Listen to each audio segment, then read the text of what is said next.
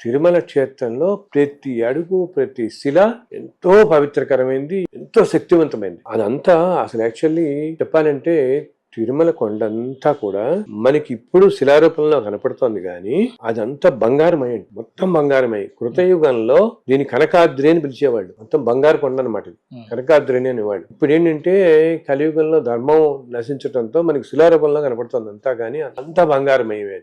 అందుని మీరు చూడండి, చాలా ఆశ్చర్యం. మీరు ఎప్పుడైనా గమనిస్తే సాయంత్రం వేళల్లో ఎండ పడుతున్నప్పుడు మీరు ఆ కొండలు చూడండి, బంగారు కాంతిలోనే మెరుస్తాయి. అంత ఆ కాంతి వర్షం పడినప్పుడు కానీ మామూలు ఇప్పుడు కూడా మీరు చూడండి, ఆ కలర్ మీకు ఒక గోల్డెన్ ఇది వస్తుంది అన్నమాట, మొత్తం బంగారమైంది. ఇంకోటి ఏంటి, ఎంతో మంది మహనీయులు, మహర్షులు, మహానుభావులు, దేవతలు సంచరించిన ప్రతి అడుగు వాళ్ళందరూ వెళ్ళింది. సో ఇప్పటికీ ఎంతో పవిత్రంగా ఉంటుంది ఆ క్షేత్రం మనకి. అందుకని ఆ క్షేత్రంలో అంత శక్తి ఉంటుంది అన్నమాట.